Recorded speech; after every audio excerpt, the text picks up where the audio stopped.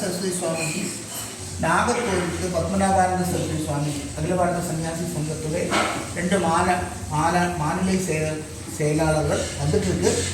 விருதுநகரில் வந்து train divert பண்ணிடுறதுனால அவர் இறங்கி அடுத்த ட்ரெயினில் வந்துருக்கு.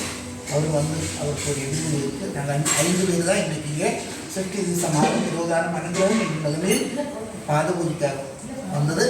இவ்வளோ 30 வருஷமாக ஆல்மோஸ்ட் ஒரு 2003, 2004 அப்போ ஒரு 22 வருஷமாக இங்கே 2002 அப்போது 22 இயர்ஸ் முடிஞ்சாச்சு. சரியா?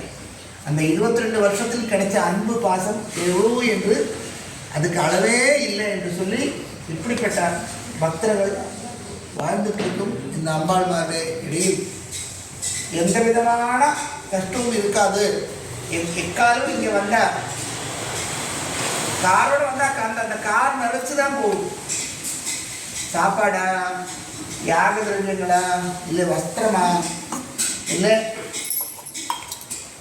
மனம் நிறைஞ்சுதான் போகும்.